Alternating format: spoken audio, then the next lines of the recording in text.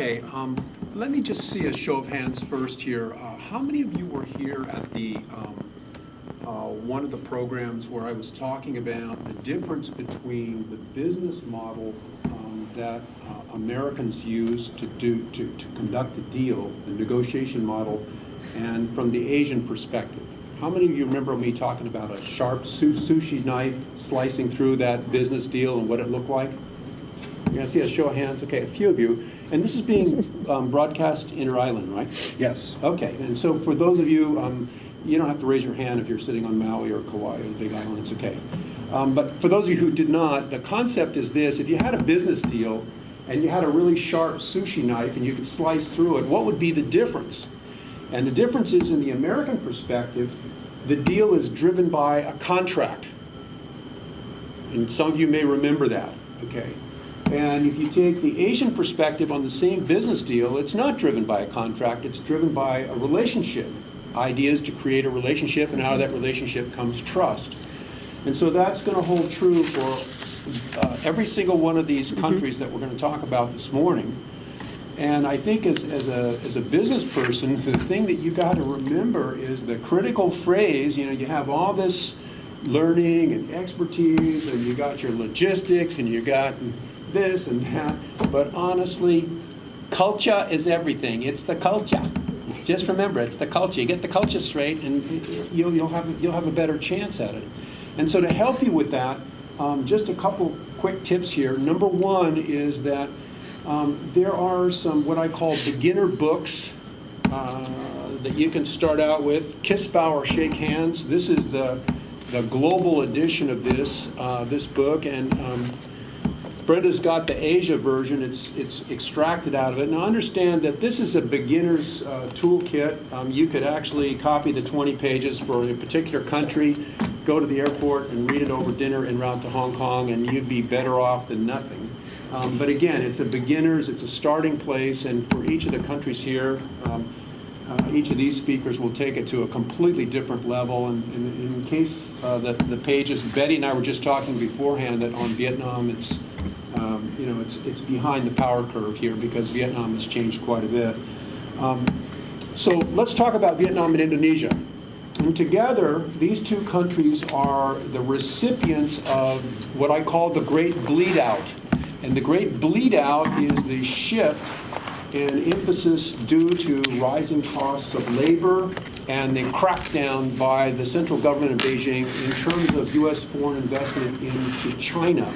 So Vietnam and Indonesia are the beneficiaries of this. A lot of American and foreign businesses moving to these two countries. And so the difference between the two, and I'm not going to go back and forth, but just at the very beginning, understand, I think, that from my perspective, and of course, Betty's going to have a slightly different perspective, and that's a good thing, and you need to take both perspectives.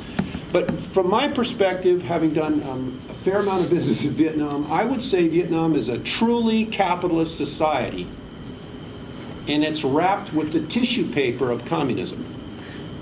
It's not to say the tissue paper is not important, or the government doesn't control. It's just that if you just lift up that tissue paper, you see a truly capitalist society. Flipping over to Indonesia, Indonesia is a robust democracy now, and with some things that you need to watch, and that has to do with some challenges to the Jokowi presidency coming from the conservative Islamists that are raising a challenge now in the wake of the governor of Jakarta's Ahok's conviction in a blasphemy trial, and he was jailed due to some comments that he made during the heat of a political campaign. So it may be that Indonesia is going to tighten up a little bit on the conservative Islam side.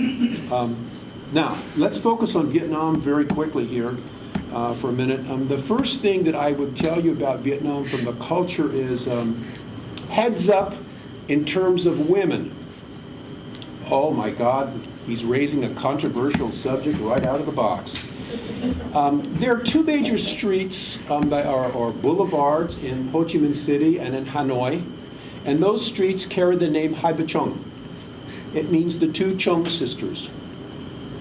And they're the equivalent of maybe our Ala Moana Boulevard. What's important about this is that the Vietnamese woman is prevalent all over the place in business, in government, in Vietnam, in terms of prominency. And so there was an article in the Wall Street Journal a few years back that said that Vietnam has more senior corporate executives who are women than in the United States. And the reason I raised these two streets, Hai Ba Trung, is that the Vietnamese have a history, unlike any other country in the world, where women had positions of senior military leadership and senior positions in combat.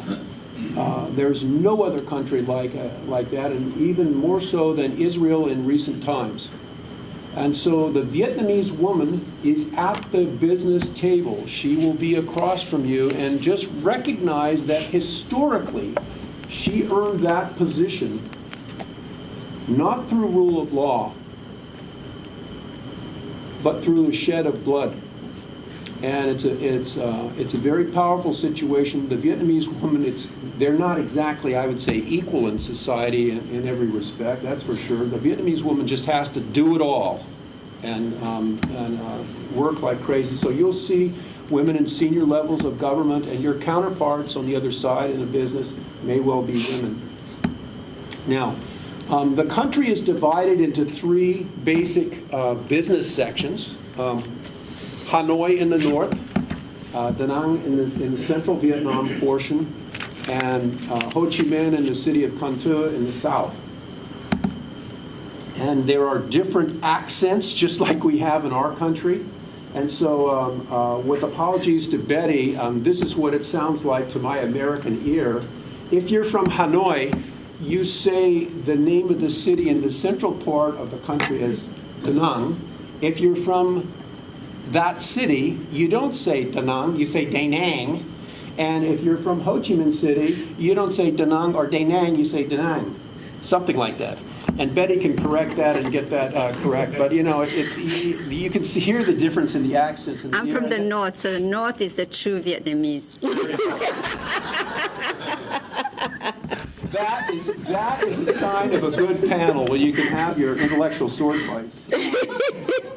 Now here, as business people, here's what you really need to know in terms of negotiations. I think, in my experience, having done business all over Asia, that the Vietnamese are the closest to the Americans in a negotiating style that you will ever find. They do have this beautiful, it's called, the technical term is the dance of the Goonie birds, that they will run at the outset of a negotiation. And they're kind of playing with you. It's very aggressive back and forth. But when they finally got the trust level built and they're going to do a deal, they can be very straightforward, and the American brand carries a lot in Vietnam. They love to do business with Americans. And so I find the Vietnamese very straightforward after you build that trust. Just a couple of tips here. I would say forget talking about the Vietnam War. They don't, 80% of the country was born after the war ended, and they have no memory and no interest in it, and it's all behind them. So you're not going to find common ground there. The other is, I would say, be very careful about negative comments of the government, because the tissue paper still holds water. And particularly in the northern part of the country where Betty is from, I would also, unless you have studied the history very carefully and can talk about Ho Chi Minh with some degree of expertise, I would stay away from that subject unless you are sure you're going to be able to be very respectful. Ho Chi Minh in the northern part of Vietnam still to this day is treated as an important icon of the country and commands enormous respect. And in fact, in a number of Vietnamese homes in the northern part of the country, they still have pictures of Ho Chi Minh in the house there. Let's talk about a tip you need to know, and that's you come out to the front of your hotel. Culturally, How do you cross the street?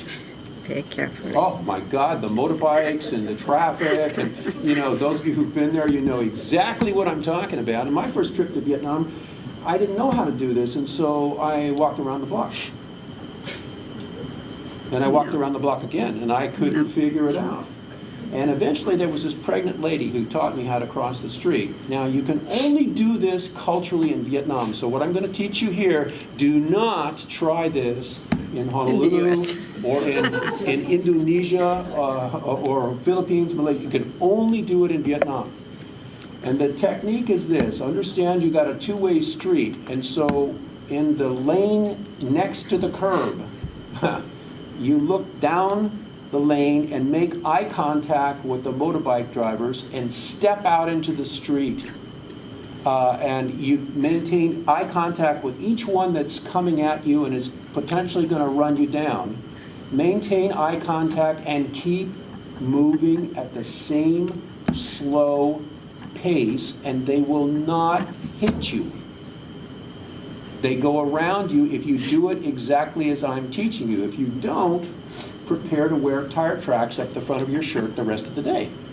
And when you get to the middle of the street, for God's sakes, look the other way and do the same thing to get yourself across. And you can cross in a mass of motorbikes and traffic and cars. And so don't do this in front of a bus, obviously. But the motorbikes, they will respect you and they will not hit you as long as you keep the pace steady and maintain the eye contact with the oncoming drivers. An area that you'll have to be careful about is the concept of corruption in Vietnam. It's everywhere, it's very heavy. Basically, it's referred to as the hoi lo, the white envelope. You'll have to stay away from this as Americans. Be very careful about this. Just so that you know, many of the government offices in the state, they have a concept called the Huy Dinh, the Black Fund. And so you would see this in Vietnamese customs, for instance. Within a given office, they pool their bribes, and then they pass out a dividend at the end of the month, the Black Fund, the Huy Dinh. And so you've got to have the Vietnamese Customs Authority is a big challenge if you're importing into that country. And don't think that you're just going to be able to pass this off to an agent to handle it for you, because depending on that relationship, you may run afoul of the U.S. Foreign Corrupt Practices Act. So you have to be very careful, particularly with the Vietnamese customs. Business dress in Vietnam is more formal than here. And I would say, for sure, stay away from the aloha shirts. I always dress a long sleeve shirt, tie, and wear a jacket and get the jacket off as soon as I can. On holidays, after our Christmas, typically we're ready to start with the new year, and we race into a country like Vietnam, middle of January, late part of January. We're ready to go. It's the new year. And then you look around and everything is shutting down. That's the Tet holiday.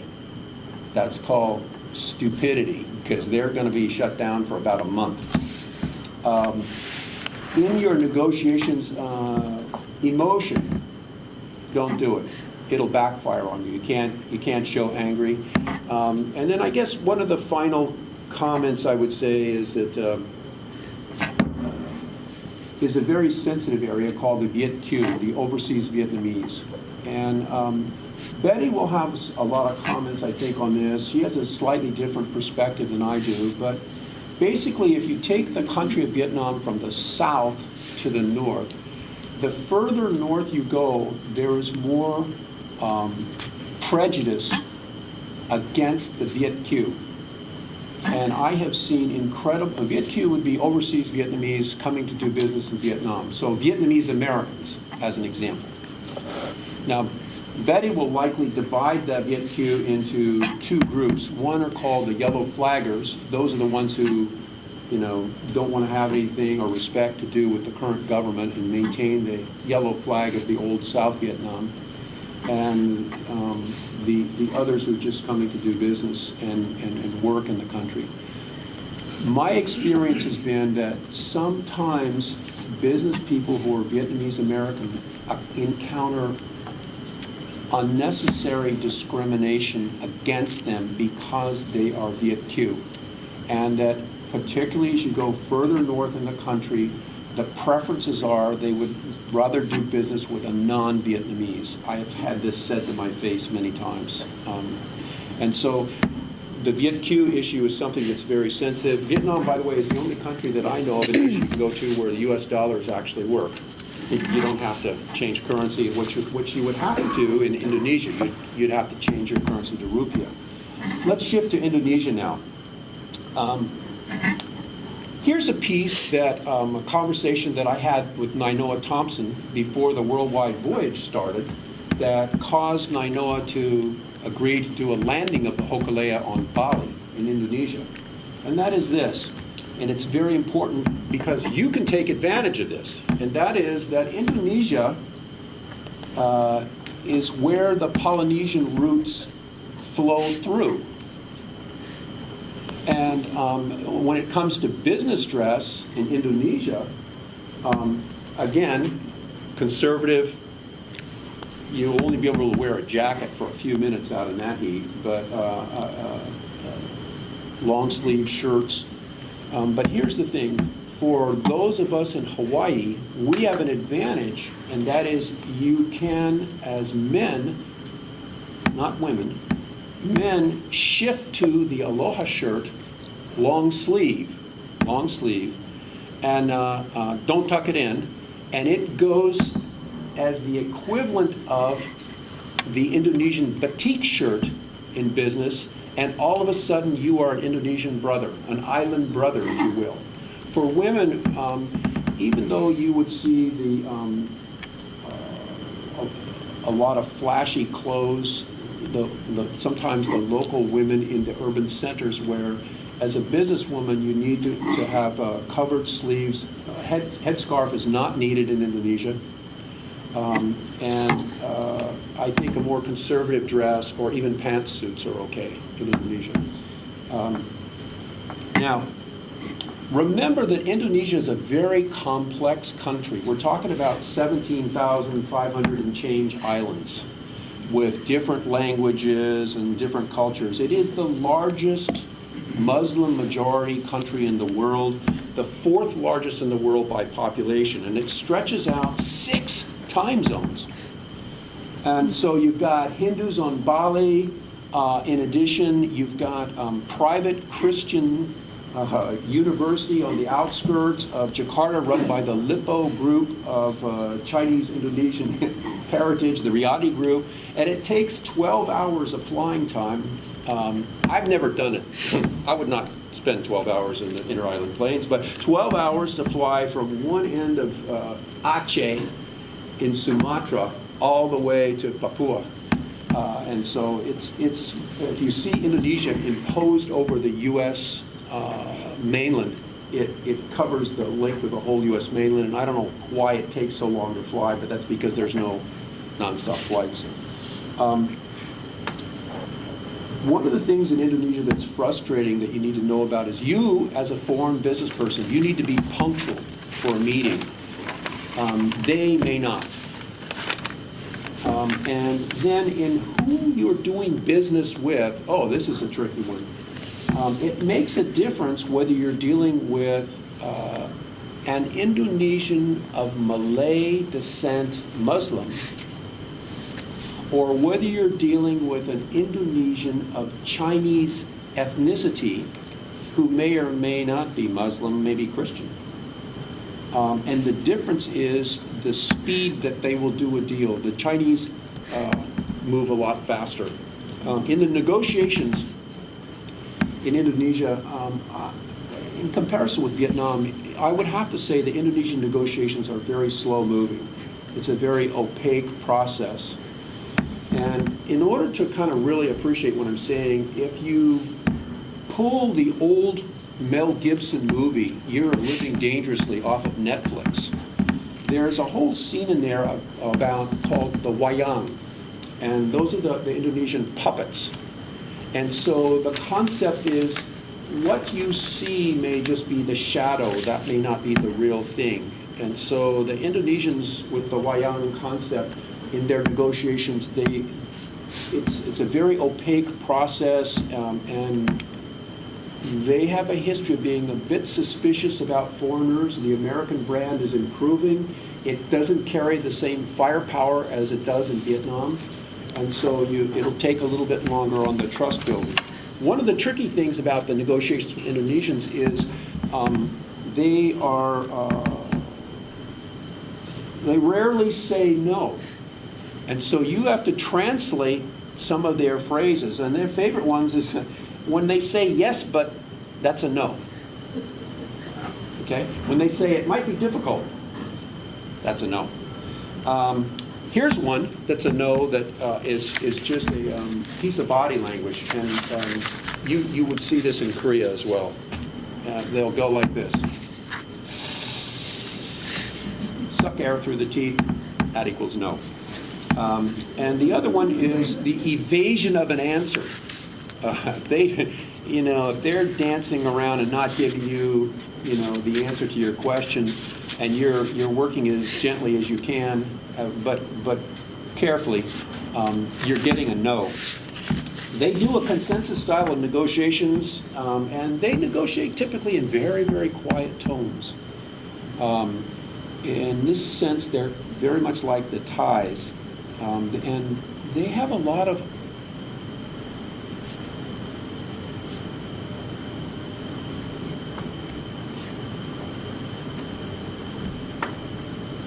You see how awkward that was for you? You're Americans. You're all Americans. That is called audio slack time. And Americans cannot stand that. They have to fill it with every bit of noise possible for every second. But I gave you the demo. That's the way the Indonesians, they will have long pauses, audio slack time. Just be prepared for it. And they're very careful not to cause anyone to lose face. So even if you're making mistakes in what you're saying or it's wrong, they will not tell you because they don't want you to lose face. And so one big entertainment tip, if your spouse or significant other is invited to a business entertainment event in Indonesia, they do not plan to talk business. Just that's how it goes. Business gifts are a bit tricky.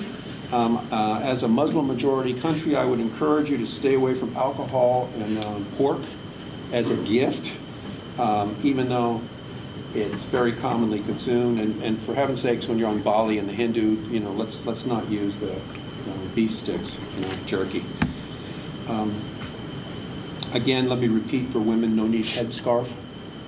And I think that you'll see one other tip that's available, and that is if you go to export.gov, that website, export.gov, and you look up the country, whether it's Vietnam or Korea or Indonesia, any of these countries, you'll see a rather extensive white paper that's updated every couple years by the U.S. Commercial Service. And that white paper, there's usually a section on cultural tips for doing business. It's updated. Again, it's helpful. It's not perfect. And I think that's about all I've got time to cover here, to leave time for a couple of questions here. Yeah, I'd like to leave questions generally till the end, but because David has to leave, does anybody have any particular questions about Indonesia or Vietnam? If I can add to Vietnam. Please. Okay. If I may add to what David mentioned about Vietnam, since he mentioned my name so many times.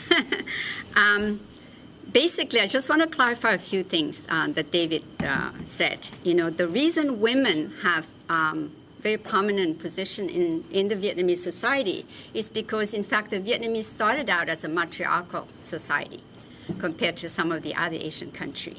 And though, because they went through 1,000 years of domination by the Chinese, and therefore Confucianism is very strong in Vietnam, as well as other countries in Asia, so it's not just Vietnam. And therefore, publicly, the men gets to have the face and the, supposed to be the lead for the family. But privately in the family, it's the women that dominate. They control the finance of the family, and increasingly, they take a lot more public role in both government and business.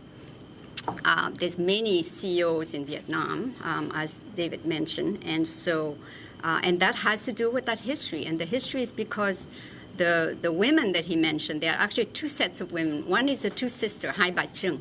It's the husband of the oldest sister was a general. He was killed in battle, so she took up the lead, raised an army, and fought against the Chinese. And they did repulse the Chinese, but then they were defeated, and they committed suicide. Another woman, Ko Ba Chiu, which similarly her husband was a general, and he was killed, so she took up the arms.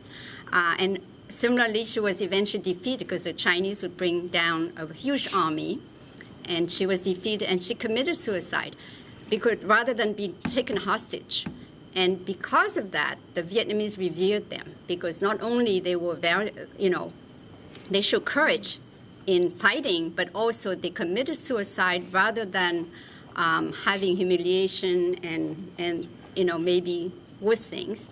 And so both of those is a virtue in Vietnam, and because of that, they are revered. And therefore, women as a whole in society are revered in Vietnam. The mothers is always is sort of like the symbol of heroism in Vietnam, and I think China has the same kind of reverence for women.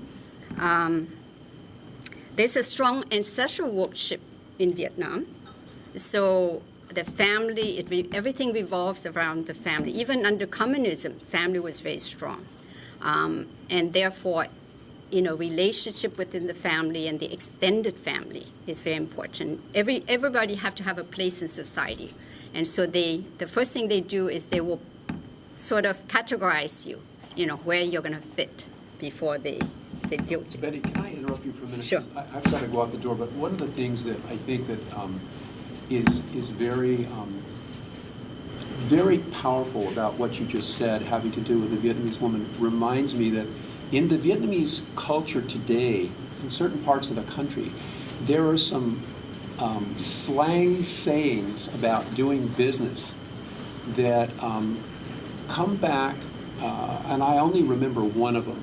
But and maybe you can translate it into Vietnamese.